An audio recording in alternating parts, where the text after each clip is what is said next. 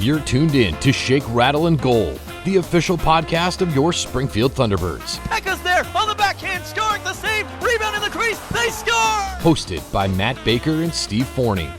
A show that's everything Springfield hockey, with interviews including players, coaches, and staff. The Springfield Indians repeat as the Calder Cup champions. Listen to this podcast on all major streaming platforms and wherever you download podcasts. In his first year at the helm, Kevin McDonald and Drew Bannister have the Teamers in the Calder Cup Finals. Watch the podcast on the official Shake, Rattle, and Goal YouTube page at SRG Podcast. And now, here are your hosts, Matt Baker and Steve Forney. And this episode number 27 of Season 3, the SRG Podcast, is proudly brought to you by our friends at the TDS Center for Communication and Social Learning in Amherst. You can visit them at tdsspeech.com. By the fine folks at MassCon United Training Center in Agawam, mcutrainingcenter.com. And, of course, by our friends at Landscaping That Fits, landscapingthatfits.com. I guess promo code SRG10 still. If you haven't done it yet, I don't know what you're waiting for. Alongside Matt Baker, I am Steve Forney. Matt, how are you, buddy? Doing well. I'm doing all right. It's been one of those days. But here we are. Not only is this episode 27, but this is episode 1 postseason. That's right. And let's hope it's not the last postseason. But let's hope. Here we are in the postseason. I love it, folks. I love it. So we do have a lot to get to in regards to the postseason. I think the biggest question, and I know even you had it last week, and I did a little homework, was the schedule. Yeah. Right. And why are we playing 3 in Charlotte? And I have the answers if anybody wants it. Let's hear it because yeah. So the AHL, when we say the AHL, what is the AHL doing? And the AHL did this. The people that have put this in place are actually the AHL Board of Governors. Now, for those of you who don't know, the AHL Board of Governors consists of representatives from all 32 member clubs, typically team owners, presidents, or high-level executives. They oversee league policies, rule changes, approve major decisions. Scott Housen, who is the president of the league, is also the president of the board's operation. David Andrews is on that, who used to be the AHL president. A whole bunch of high-ranking people. But the main takeaway here is that this isn't the AHL, the league, making this the situation. It's the Board of Governors who are all 32, have representatives from all 32 teams. Okay. So you might sit here and say to yourself, well, why would the AHL Board of Governors want something like this? Why would Bridgeport, Hershey, Springfield, Hartford, Wilkes-Barre, why would their representatives want this? And I think the reason is quite simple. They want this because they're putting the onus on themselves to say, if this works out well, we get 3 home games. Mm-hmm.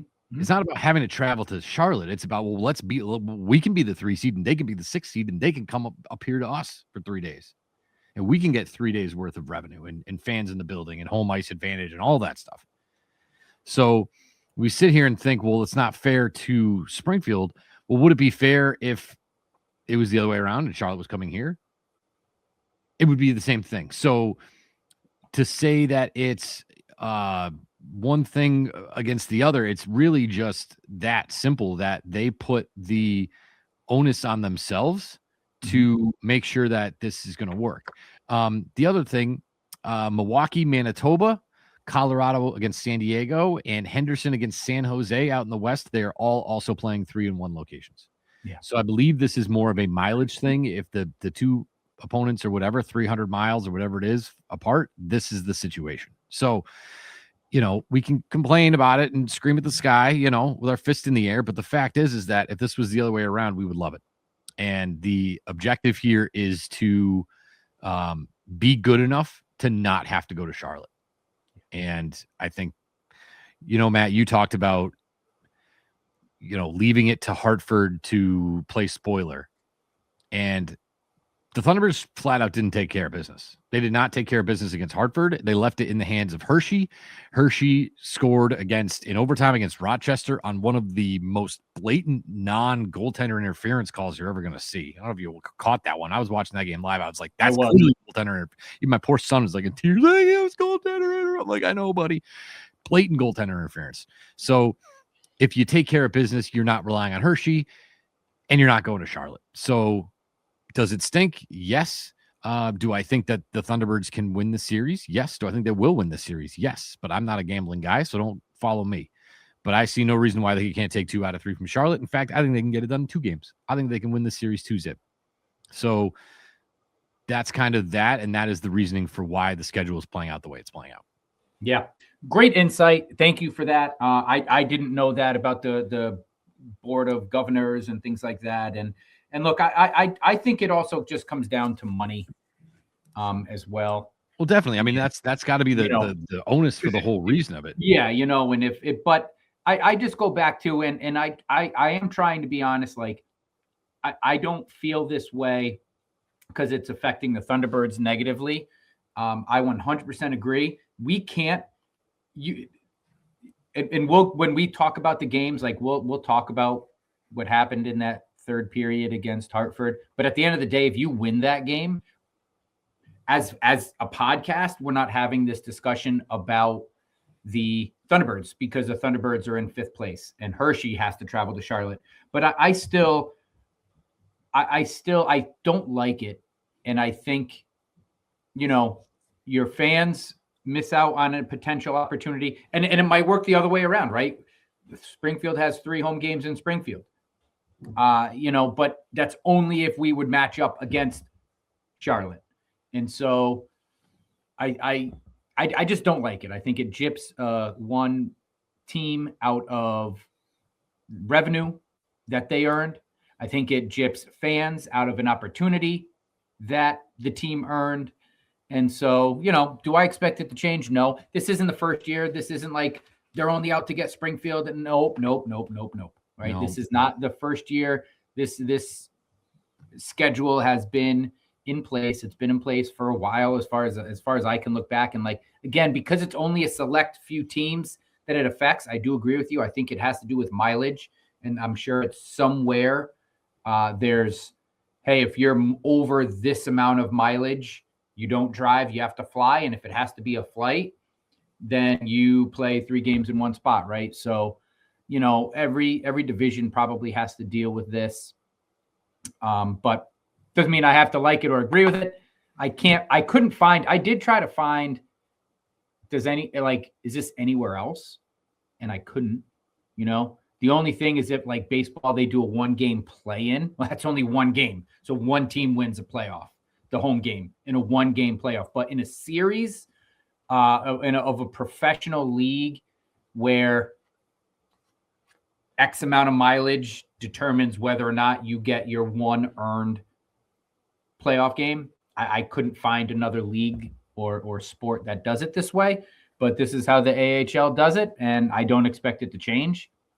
It is what it is. And at the end of the day, the biggest point to hammer home is if you won all 3 games, which you were in position to do, as fans, we're not crying about it as much. I still wouldn't like it for Hershey's sake, but here we are. And, you look yourself in the mirror as to why we're in this position. Yeah. I wonder about the G League in basketball. Like, what is their playoffs? Yeah. I'm curious to check that kind of thing. But I mean, no, you're right. And you're right. It's not going to change anytime soon. Unless there is some sort of division realignment, which it kind of says there isn't. I mean, my biggest but to this is, if you're going to make this be the way that it is, then you can't have Springfield play Charlotte 4 times in the regular season, because those are important points. Those are 4-point swings. If you play Charlotte and you beat them in regulation, that's a 4-point swing during the regular season. So you can't just play that team 4 times in your division. You can't play Hershey 4 times.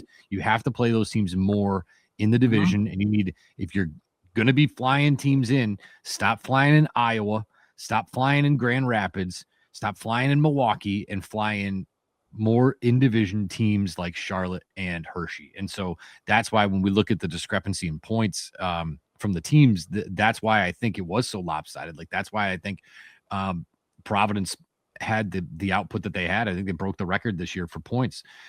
But, well, how many times did they play Charlotte? Like, how many times did they play Hershey? And how many times were they, goofing around with, Iowa?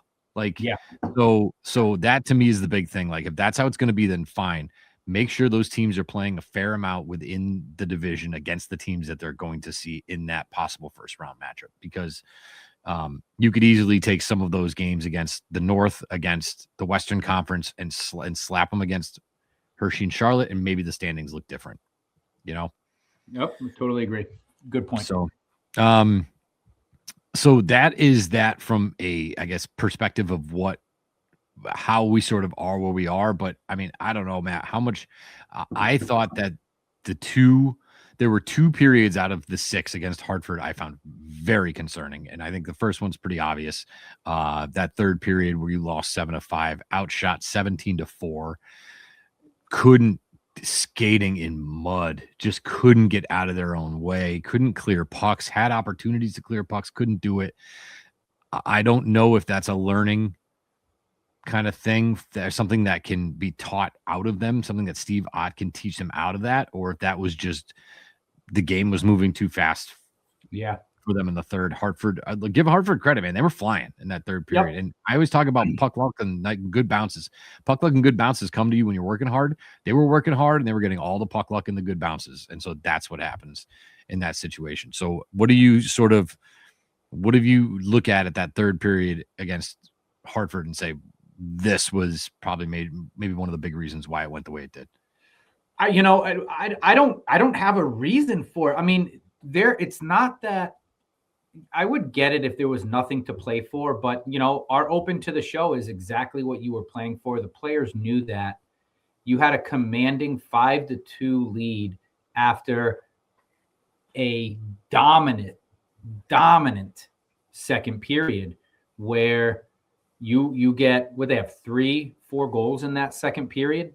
I mean, it was phenomenal. Yeah. They 4-1. They outscored them in the second. 4-1. So to turn around in a closeout period, to me, I do think that Uri Pekarczyk and Colin Ralph, they might have played themselves out of a playoff roster spot. I'm just, again, like when that's not to say that they didn't play well this season. That's not to say I'm excited to see what they'll do next year, but in a 3-game series, Colin Ralph looked a little dizzy, a little confused. Uri Pekarczyk got beat twice in that third period. They couldn't get the ball, They couldn't get the puck out of the D zone. Again, stuff that we saw at the beginning of the season. Like, that was it. They would get possession, and then it would be a silly, couldn't clear it, couldn't get it past the blue line. The puck stays in. And like Will Cranley said when he was on the show, that's their biggest thing that he had to get used to, is how fast the puck finds its way back to him. And, that you put your goalie in tough spots. And, would you maybe have liked, I'm not putting it on Zarenko, but I'll say it, right? Like, if you're our guy, sometimes I need you to bail out the guys in front of you. And, he didn't do that either. So, I don't know. My big takeaway was, I think Uri Pekarczyk and Colin Ralph might have played themselves out of a roster spot in the playoffs. You shorten the lines anyway. And we saw, Cale Kessie did very well against Providence last year in that 3-game series. So I think he knows how to play playoff hockey.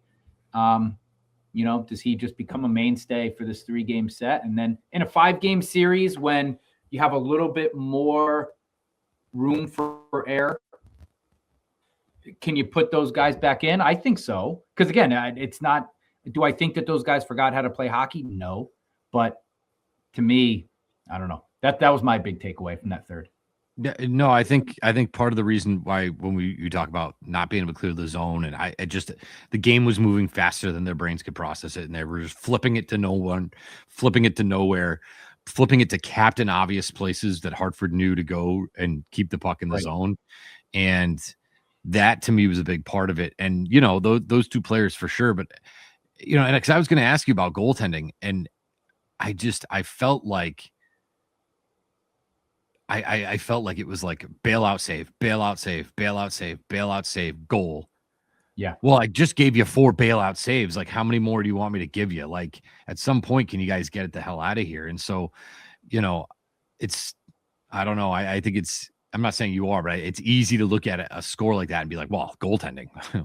Well, goaltending must have been trash. I mean, I thought Zarenko played really well. It's just the guy didn't have a chance to like breathe, man. It was just, it was constant that entire period. It was just tough to watch. So, yeah, I think right now we're seeing the fruits of what a disastrous 20 minutes of hockey that was. And sometimes that's really all it comes down to. And that's why I say, if you guys don't like going down to Charlotte, don't blame the AHL. You got to look at the team in the Mass Mutual Center and say, what the hell happened when you went down to Hartford? And it was at 20 minutes. Like, and that's as how everything happened. That I texted you right away. Like, that might have been the worst 20 minutes of hockey I have seen in a very long time. Given the fact that you're playing the worst team in the conference, you have them dead to rights after they have nothing the to play second. for. They're done. And all you had to do was probably play for 10 minutes. If you played hockey for 10 minutes in that third, the first 10 minutes, they're done. They're done. But instead, you come out and they get 2 or 3 in the first 12 minutes of that third period, I think. And it was an atrocious third period. That being said, do you have anything more on this third? Because I want to talk a little bit about the Lehigh Valley game. Yeah, no, go ahead. Let's shift it. So before that, Wednesday night, after the T-Birds kind of put themselves in a position where, like, hey, you kind of got to win this one now to secure your spot, right? Well, they did.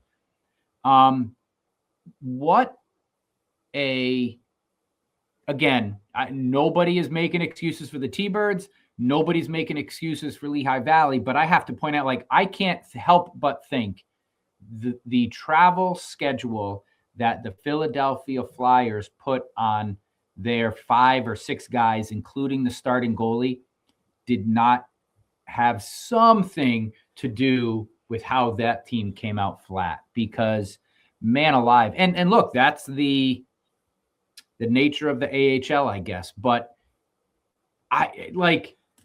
man alive, there has to be some level of the AHL is a product too.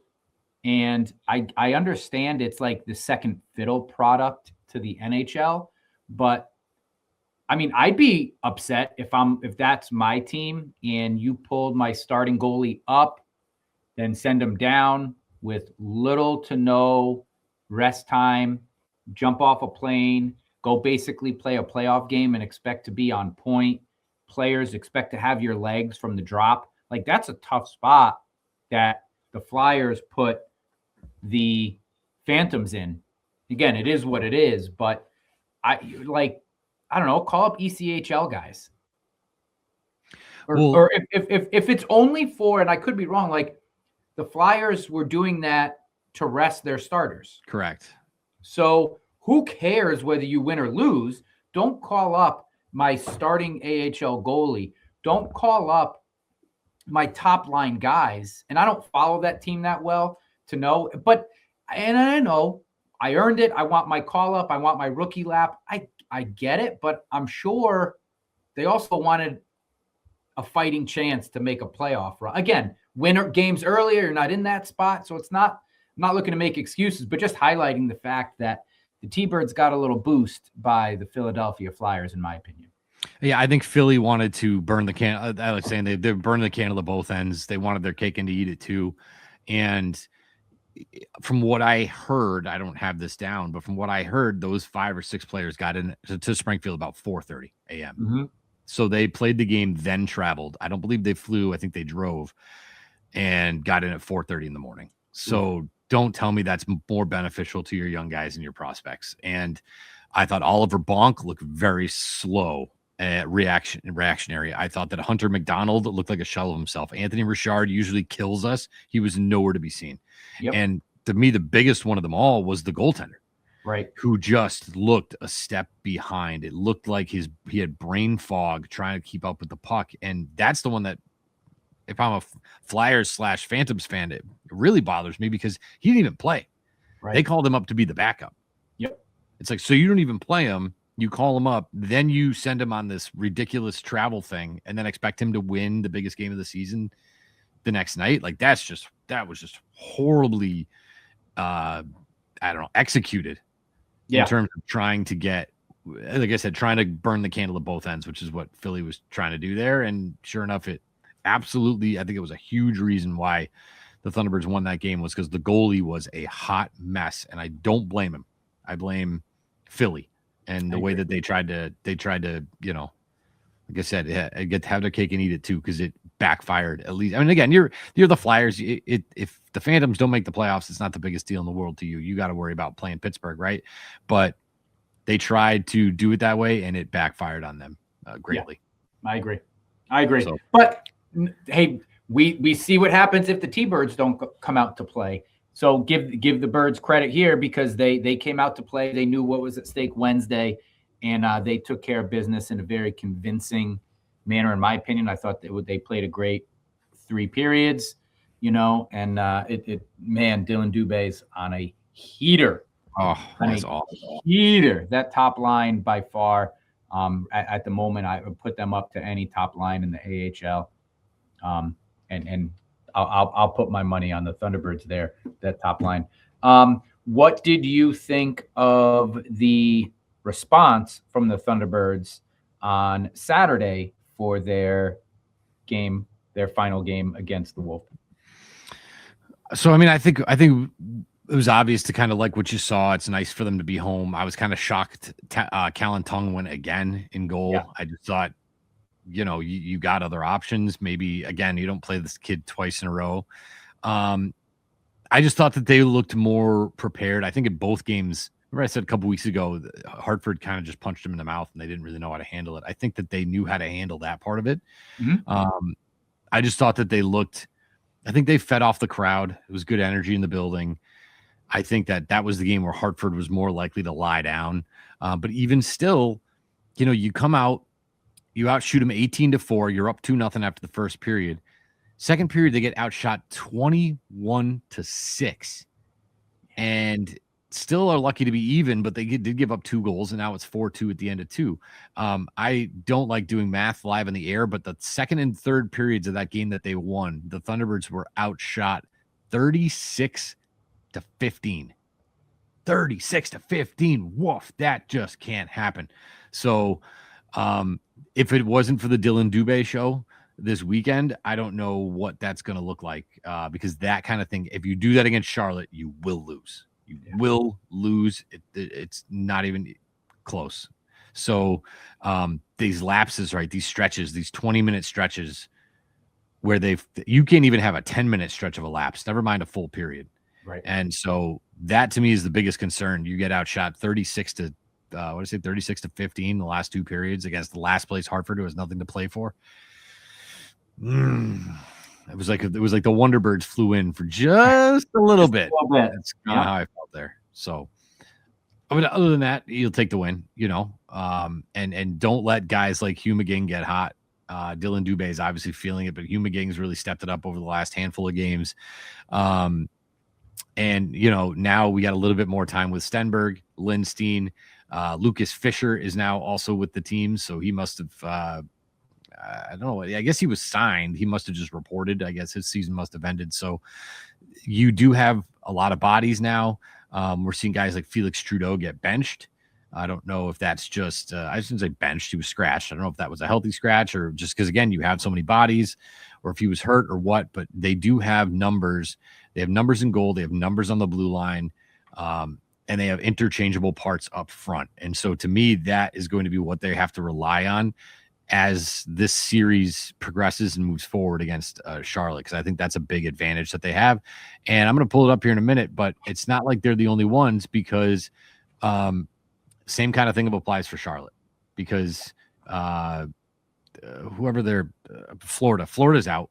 So Florida has sent down a bunch of guys that have been up there for a good part of the season. So you're going to have a roster over there with so I was looking at it real quick. I wanted to do this. I think Entwistle was up. I know Vilmer Skoog was up. Nolan Foote was up. Sandis Vilmanis was up. Michael Benning was up. Merrick Alsher, I think, was up. Tobias Bjornfot was up. And you have to go against the 6'9" Cooper Black in net. Black. Which they've struggled with. So Charlotte's pretty well loaded too. And this is a team that, I mean, this is going to feel more like an NHL team. I mean, there's probably 15 guys, 20 guys in between these two teams that have all played NHL hockey this year. Yeah. So I expect this to be a good series. I just hope that they don't get sucked into playing Charlotte's style of hockey, which, much like Hartford, I think is kind of dirty, a little on the edge. That Steve's reminds me a lot of Patra, because he's always flopping and hitting the deck, and then he'll cheap shot you after the play, and then he'll throw his arms up in the air, and then he'll go out, and then after he pisses you off, then he'll go score 2 goals, and you're like, that little guy. So, you know, that's a guy that you got to really hone in. You got to be smart against. You can't let him do the things that he wants to do. And you quite frankly, you can't let Charlotte get comfortable. If you just don't let them get comfortable, you should be all right. But this is a team in Charlotte that's got a pretty solid roster here that you're going to have to tangle with. Yeah. I mean, we'll probably talk more in detail about it coming after the break. But I think for the Thunderbirds, you have to lean on the fact that for a month and a half, 2 months, you've been kind of playing playoff hockey to get you into this point. You have not, I'm trying to pull it up right now. You really haven't had back-to-back losses since early March. And so, you know, to me, they did have one little weekend in there, the 3-1 loss to Hartford, and then the 1-0 loss to Providence in the middle of April. But for the most part, you've been playing good, solid playoff hockey, which is not losing games in a row. That's the big thing in playoff hockey. You want to avoid, obviously, especially in a 3-game series, you lose 2 in a row, you're done. Right? Yeah, it's over. So at this point, I think you have that advantage. The Checkers have a stacked lineup. This is a team that was in the Calder Cup finals last year. They know what they're doing. They know how to win a playoff series. They know how to close out a playoff series. You can't take anything for granted, but I just think if you're in it, right? So game 1 is the game you can steal, in my opinion. Agreed. I think that's the one where we see it all the time, like in basketball, even if a team comes off a sweep and then game 1, the next series, they're a little bit rusty. I think that's sort of game 1 is the game to steal. Let game 2 happen. And we know that this team can beat the Checkers, right? But game 2, let game 2 happen. And then in a 1-game series, when you just got to win 1 game, in a game 3, in a game 5, whatever, in a 1 win or go home, who knows what can happen? Anything can happen. So I think that's if I'm, in the locker room talking to the boys, game 1 is the one you got to steal. We've been playing this way for 2 months now. Charlotte's going to be a step behind. It doesn't matter. The place is going to be loud. The place is going to be rocking. What's his name? Grills Keys or whatever it is. Greasy Keys. Love Greasy Keys. He's going to be playing he's going to be playing his piano. Let him do his thing, but jump on him early and often in game 1, steal that one, and then who knows what can happen in the rest of the series. Oh, no, totally. I think you're spot on with it. I think the biggest advantage Springfield's has is that they've been playing playoff hockey for a month, and whether these guys have been up in Florida tanking or they've been in Charlotte just chilling in third, there hasn't been a lot of that I don't want to call it panic, but that. No, yeah, it's sense of urgency. There hasn't been. Right, that there sense hasn't of been a sense of urgency. in months. So that's why you're right. They got to come out flying early and often and put the foot down and not have these lapses, play a full 60. I think that they can very easily, not easily, but I think it's possible for them to take 2 games here down in Charlotte. But again, I'm a terrible betting man, so don't always listen to me. Well, real quick before we do fan rant, or before we take a break and then do the fan rants, you had asked at the end of last week's show what my prediction for goalies, and I feel less confidence in saying this now after what just happened this past week, but I think you'll see Zarenko game 1. I do think you'll see Cranley game 2. I think regardless of the outcome of game 1, I think you'll see Will Cranley in game 2, and then you'll play your hot goalie in game 3. So whoever does better, whoever looks better in game 1 and 2. Right. I mean, I think Zarenko has earned the game 1 start. He has been your number 1 all season. He's been there for how long? And again, like what we said, it was a tough third period. It's not on him. If you play good playoff defense in front of your goaltender, can Zarenko make the saves needed to win a series? I believe so, absolutely. But I do think Will Cranley has had success against the Charlotte Checkers. Last game had that fight against against Louis Domingue. He got the win there. I think you give him a shot in game 2. I think he's earned it. I think he has the team's confidence and trust. And then you just, you see who you go with in game 3. That's sort of going to be my prediction. I'm really bad. I always get it wrong, so I'm just going to go with yours. That sounds good. I'm always like, they should play this guy, and then they don't, or they do, and it goes horribly wrong. And I mean, last year we thought you could have split up Colton Ellis and Zarenko against Providence. How well Zarenko plays Providence, and but you understand why in a 3-game series, in a 5-game series, again, you can play with. I think you would absolutely see both goaltenders in a 5-game series, 100%. In a 3-game series, it is tough because it's so. If you lose game 1, are you really going to say, all right, well, let's go to our number 2 goalie? Like, if you go out, you want to go out swinging. You go on that horse, right? You or what is it? You write out on the shield that you walked into battle with. So it's hard to then be like, well, we lost game 2 with our second best goalie, but I think they're so close. And I do think Will Cranley has had success against this team that you go for it, because if you make it to game 3 and you go back to back, then you go back to Zarenko if you need to, and you're confident in him if he's your number 1. So I just think these 2 goaltenders are too close, and both have played the Checkers the same. I think you give Cranley a shot in game 2. Zarenko's your number 1, so you give him game 1. I like it. I said we roll with that. We do want to mention that this week's episode is brought to you by our friends at Landscaping That Fits, keeping Western Mass lawns green, healthy, and looking their best. Again, you can save 10% off. I think he's still up for it by going to the website, landscapingthatfits.com, putting in the promo code SRG10. That'll get you 10% off of your fertilizing treatments for the entire year of 2026. And even if you need something else, he'll do it all. I have him coming for weed and tick control. He can do mowing. They can do spring cleanup, yard cleanup, overseeding, whatever it is.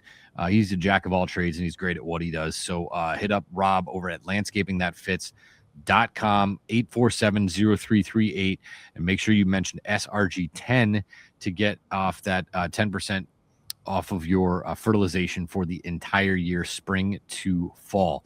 By our friends at the TDS Center for Communication and Social Learning, with its unique location in the center of Amherst, allowing for clients and groups to enjoy the social constructs of city life. Founder Teresa Dooley-Smith is a leader within the speech and language community, continuing to find innovative ways to meet the needs of all individuals. For more information, you can visit tdsspeech.com, or you can call them at 413-835-0735. And pardon me, by the people at MassCon United Training Center in Agawam. It's your one-stop facility for all your training needs, regardless of your talent level. MCU has room for you to improve your craft. They offer training for soccer, lacrosse, baseball, golf, hockey, floor hockey, field hockey, weight training, agility. And again, a great place for a birthday party where the kids can be active, run around, go bananas, but learn something too, right? 413-301-6040. You can go to mcutrainingcenter.com. It's in Agawam. It's right over the bridge from the Big E. You can't miss it. So definitely worth checking out. And we thank all three of those sponsors for helping us out all season long. It's been a great season to have these kind of partners here with us. So we do appreciate them all year. Do we want to head to fan rants? Do we have any Matt rants or any Steve rants that we need to get off our chest? I don't have any rants. I say my rant was that third period in Hartford, so we more than handled that. I mean, a lot of the fan rants, folks, are good stuff. I apologize. I got it out a day late. I'm on vacation brain. I woke up this morning. I'm sitting on my couch. And I'm like, oh, I never did the fan rant. So I apologize for being a day late. But, it's a lot of – let's just start a lot of talk about the 3 games in Charlotte. I think we already covered that. We don't really need to do that. Yeah, that's why I brought it up right off the top. Because there's a lot of chatter about watch parties and things like that. So I do want to let you know, folks, I have found 2 different watch parties. We've got one at MGM Tap Sports. They will have the game on in the back there, as well as I think up front by the bar, and also at Nathan Bill's in Springfield. So you can head over to Nathan Bill's to watch the game. I don't want to give them too much publicity. Maybe next year if they become a sponsor, but you can watch the game. Happy to have you, Nathan Bill's. Yeah. You can watch the game at Nathan Bill's or MGM Tap Sports. If you go to Nathan Bill's for this, tell them while you're waiting for the game to throw on the SRG podcast. There you go. We'll plant the seed a little bit. Yeah. Tell them that you heard about this from the SRG. Hey, you guys hear about that SRG podcast? They were talking about you guys. Yeah, do that. I love that. Love that. So yeah, two spots to watch your Thunderbirds play. MGM and Nathan Bill's. Lisa loves to give us like a whole bunch of stuff. Yeah. Which actually works out really great for my ADD brain because she's kind of all over the place, but in a good way. So number 1, can we hold an Eddie Shore night? We really need to dig in the history of Springfield hockey, maybe dial in some old time hockey. I am down with that. I mean, I think you could tie it into everything else that's going on with like throwback nights and all that stuff. I mean this in the kindest way, but like that generation is slowly dying. With all the respect. I mean, my grandfather used to hang out with Eddie Shore all the time and house players, and my grandfather's been dead for 20 years. So like you're going to have a whole lot of young families like Matt Baker, like the Bakers who are from Hamden, Connecticut going, who the hell is Eddie Shore? This guy? Like, so that you have to Anthony Greco night or something like that. A little bit. Yeah, I'm with you. But and the, I know you don't mean it this way, but like Eddie Shore and Anthony Greco aren't even remotely the same impactful players to the community. Like Eddie Shore was just like, he was the face of it here. And I get all that. Like a Bruce Landon night would be a good one, something like that. So I like where your head's at, Lisa. We have to keep in mind the target audience. Again, I work in marketing and advertising. The target audience, who's going to look at that and go, oh, Eddie Shore night. Let me get my walker and go down to the game. Like, I feel like that's kind of how that would be. And I mean no disrespect by that. It's just kind of how it would probably be. She appreciates the phonetic name on the team sheets. I would love that too, please. If I could get phonetic names on the team sheets, that would be wonderful. And she asked about a playlist for the games, what songs get played. So that's Luke. That's all Luke upstairs. And I was the kind of person who was like, I really wish Luke would like switch up the music a little bit. But it's amazing how many of them are cues for us. Like when we hear the popcorn song, boom, everybody knows we got to do the popcorn cam. Or when we start hearing, My Hero by Foo Fighters, we know that we're going to do the military appreciation, military member of the game. So like a lot of those for us in production are actually triggers for us to go, oh, okay, we're doing this now. Same thing with the check of the game, play of the game. They all kind of have their own songs, which I think I like the consistency. I think that the the fan at the game probably appreciates that consistency too, because they know it's coming. But we are working on sprinkling in a lot of other stuff throughout the year that's getting added in. I told Luke to hit up the Tony Hawk's Pro Skater, talk about throwing it back, the Tony Hawk's Pro Skater soundtrack, and you'll hear a couple of those in there, which bring me right back. So, but yeah, I could probably reach out to Luke and see if I can get some sort of playlist as to what he's playing, because there are a couple songs in there. I don't know what they are. And then there are some songs that I've never heard, and then all the little kids are singing, and he's like, Steve, get with it, man. Like, all the kids, this song's all the rage. And I'm like, I teach kids, and I still know what the hell this is. So yeah, there is that. Nick Fazio never disappoints. This is a good one. Yep. I think you can make the case going to Charlotte for all 3 games isn't the worst thing in the world for this group. They have won 7 out of their last 10 on the road to end the season, and is actually better than their last 10 at home. While it does suck for us fans, the mission is exactly the same. If they finish 4th or 5th, you win 2 out of 3.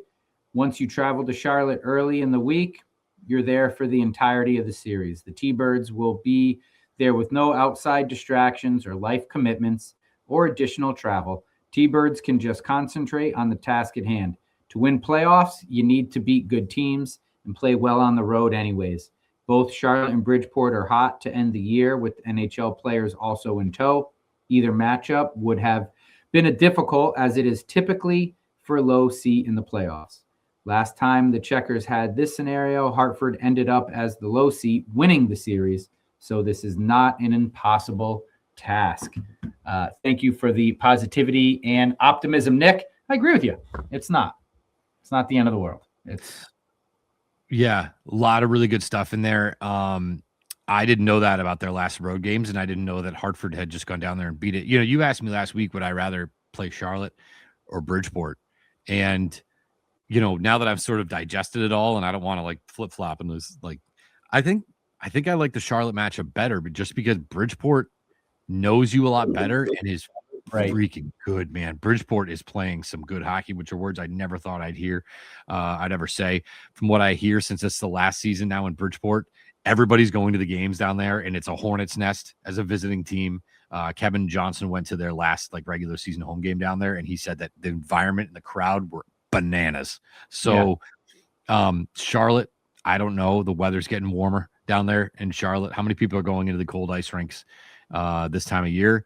And more than that, how many of those fans are also Carolina Hurricanes fans? So which team are they going to be more, you know, emotionally invested in? I should look at it to see when the Carolina playoff games are, because if Charlotte's going up against the Carolina playoff game, I don't know.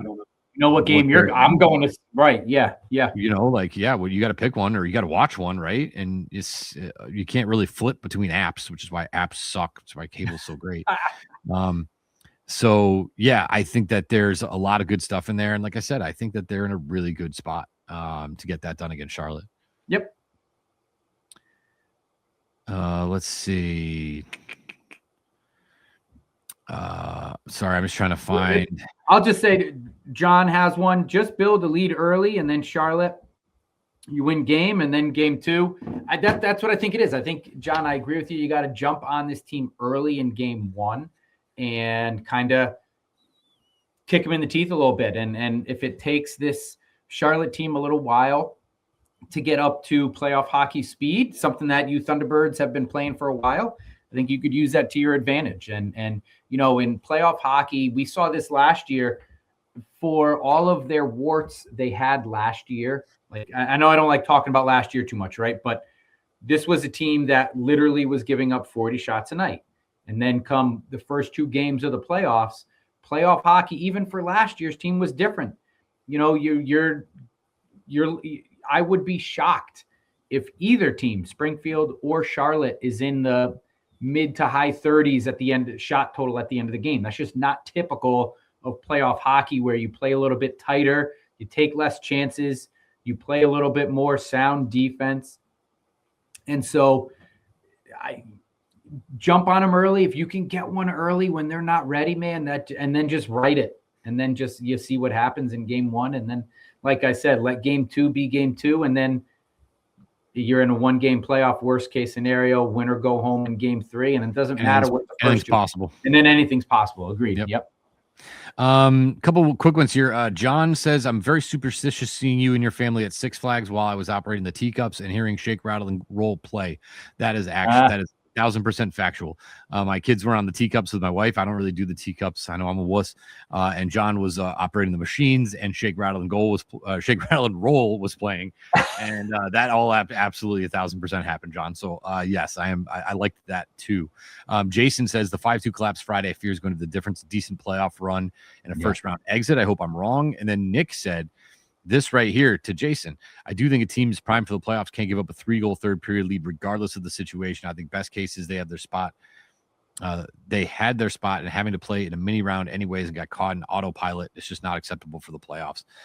I mean, dude, that was bad. Like, yeah. If that happened in January, we'd be like, well, typical Wonderbirds, right? And I thought we were past that. I think we still need to get past that. So those are the kind of things that just can't happen at all. They certainly can't happen a week before the playoffs start, and they definitely can't happen in the playoffs. So my hope is that Ott is hammering that. And the fact that they came out the next day and beat the same team that did that to him, I think is a good sign. But can't have it. Just can't have it. Yeah. So. My last one that I have here from Sam. Happy we made the playoffs and avoided playing Sam Bitten for now.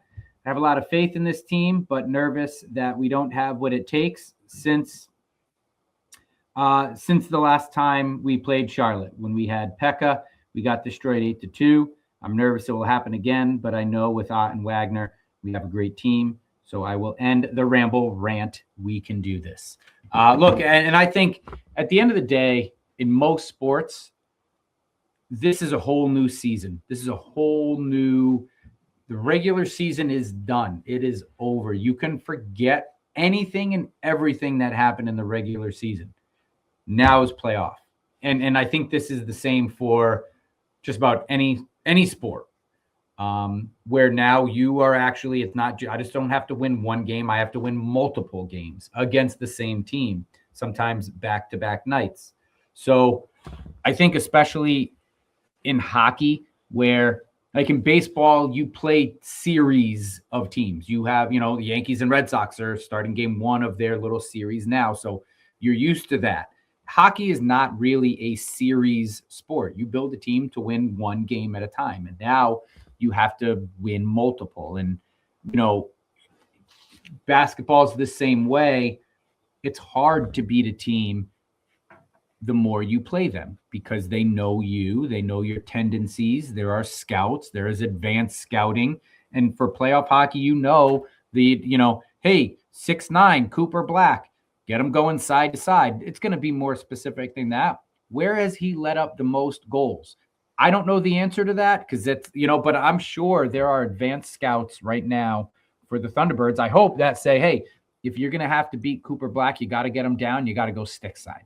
I don't know, but like moving laterally, yeah, whatever. Right, you got it. Hey, get him moving laterally to his stick side, and then you beat him glove side. Like whatever it is, there are some tendencies and statistics that don't normally come into play. And I'm not an algorithm guy. I hate algorithms in sports. At the end of the day, see puck, hit puck, score puck. But there are going to be more tendencies, and teams are going to play to those tendencies more often in a playoff series than they do regularly. So everything that happened in the regular season, the last time it was this score. To me, it's all out the window. This is a brand new season. Everybody's starting fresh, 0-0-0-0. I mean, I can't be the only one who noticed where all of Springfield's. I keep forgetting his name. Is it Murashov, the goalie from Lehigh Valley? Every single goal right. that they scored was in the exact same spot. Yeah. High glove side. They all went high glove side. And there's clearly, like you said, some sort of department that's saying you got to get this guy, get him down, and then go up. Yep. And so whatever the scouting reports are, I do trust that I trust that Springfield's going to do it right because they did it literally last week against that guy in a 1-game situation. So, yep. Yeah, we're gonna hope for the best. Look, they're gonna be scouting you too. So yeah, it's gonna be great. But we do want to thank everybody for contributing with the fan rants. Thank you to Landscaping That Fits for sponsoring again. SRG10 is the promo code to use for that. Again, we're looking at Wednesday, Friday, Sunday. Yes. Is that what it is? I thought it was I just had it, and Wednesday, then Friday, Saturday. I thought. Wednesday, Friday, Saturday. Let me double check to see if I can find it I again. was gonna say I just had it, but either way, obviously the last one is, it's going to be, if necessary. Yes, you're right. Wednesday, Friday, Saturday, all games 7 p.m. Yeah. So that's going to be, it's going to be fun. I mean, from what I gather from the fan rants, there's both sides of it. People are like, well, this is the bed they made and they're going to have to sleep in it. It's going to be a short series and a short playoff run. There's other people that are like, you know what? I think they can do this. And then you have people like Sam who are just kind of a nervous wreck. Like, it's like, I'm praying for him, but I don't know what's going to happen. And I'm more Sam than anyone. I'm like, I don't know what's going to happen, and I'm not going to sleep a lick between now and then. My heart's going to be in my throat that entire game, which I think is what's going to make it fun. So at the end of the day, it's a sport, and it's designed to be fun. So I'm looking forward to this series. And hey, we're in. I mean, you said it. Like, this is a brand new season, man. Like, there is no more starting the season 2-10. There's no more Milan Lucic. There's no more, Steve Konowalchuk. I think I said it last week, but I've never seen a team fire their head coach, trade their captain, be in last place in January, and still make the playoffs. That is freaking cool. That's something to be proud of. And so now it's time to parlay that. It's time to put that all in the rearview mirror, look at where you're at right now, and give it your all. And I feel good. I feel confident about Steve Ott in this situation. Obviously going up against Jordy Kinnear on the other side behind the bench, who was here for a long time and quite frankly never won diddly. So I know they had a nice run last year, and it was a long time ago that he was here. But I'm really curious to see how this plays out. I'm curious to see how the coaches sort of go at each other. Adjustments, right? Adjustments in game, adjustments game to game are all going to be something really interesting to watch. So there's just so much meat on this bone for this series that I'm really excited for it. I can't wait for it to get started. Do you have any? And I apologize, it's kind of a question that puts you on the spot a little bit. It's all right. Do you have like keys to the game? If Springfield can do this, they need to do X, Y, and Z to win. I think that they can't get sucked into Charlotte's game, which is chippy and physical, and I think they're definitely the smaller and faster and more skilled team. Mm-hmm. And so stick to your strengths and what works for you. Don't go running around. They're out there head hunting. Don't you go around head hunting. You just go. You see a big hit coming, you get the hell out of the way and you move the puck. And now they have somebody way out of position because that guy was trying to knock you into the third row. So play your game and don't have any lapses. Just, you can't have a 5-10 or an entire minute lapses where it's just you're on planet Zippy. Like, you can't do it. You got to like really buckle down. And so I think that both of those things start at the top with the coaching staff, making sure that their guys are ready to go, making sure they have a game plan that works, and it's going to sort of go from there. And so I think as long as the coaching staff has this team ready and prepared, I think they'll be in good shape. So there you go. I like it. Not worried about it. You have any, or you just throw? Well, for me, I think it's who else with line one. I think it's fair to expect the top line, Kaskamaki, Wags, and Dubé, to do their thing. And I anticipate Charlotte is right now, hey, do everything we can to stop these guys, right? So they're going to find the matchup that they like to stop line one. So I think, like, for me, I have my line two is probably going to be, not probably, my thought is that it would be Otto, Dean, and Thomas. Then you'll have Bordelot, McGing, Julien Gauthier, line three. And then your line four is Kessie, Stunsel, and Petey. So out of those guys, does McGing play line two? Thomas drop back to line three? I don't know. But who is it going to be? Stenberg? Can he, who we expect? It's got to be. Right? A guy who we expect to be in the NHL all year next year.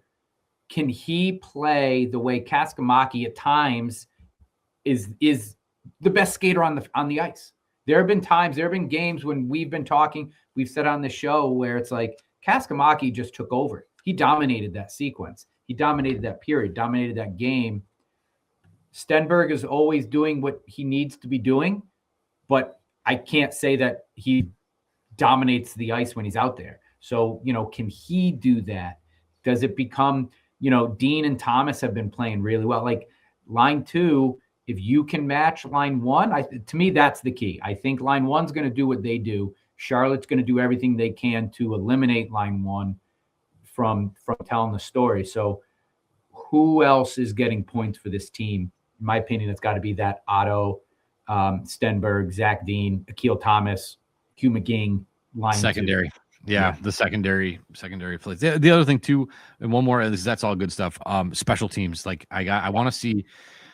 I'm getting greedy because they were scoring a lot of shorties at the beginning of the year. And it was mostly Wagner and Koskamaki. Let's do it again. Let's see it. I want a couple of shorties. Nothing flips a game like a shorty. So we'll keep our eye on that. But fans, we're back. We're in the playoffs. We're here. We made it. Playoff hockey, baby. Let's have fun. This is the best time of the year. If it's 80, well, it should be 80 degrees out. It's freaking 40. But if it's 80 degrees and you're still playing hockey, that means you did something right. So right. I think we're in a good spot, and we appreciate everybody tuning in, liking, sharing. We want to thank real quick the folks at Mascon United Training Center in Agawam, mcutrainingcenter.com, by the TDS Center for Communication and Social Learning there at tdsspeech.com, and of course, Landscaping That Fits, promo code SRG10, landscapingthatfits.com. Again, that's FITZ, Landscaping That Fits, as in Fitzpatrick, landscapingthatfits.com. Thank you all to those guys as well. Absolutely, folks. 3 big games in Charlotte. I expect it. I expect it to go 3 games. That's my guess. T-Birds in 3. You can watch them with our T-Birds community at MGM Tap Sports or Nathan Bills. Listen to us on YouTube. Like, subscribe, follow. Playoff hockey. Here we go. We didn't think we'd be here, but we're here. Let's go, T-Birds. T-Birds in 2.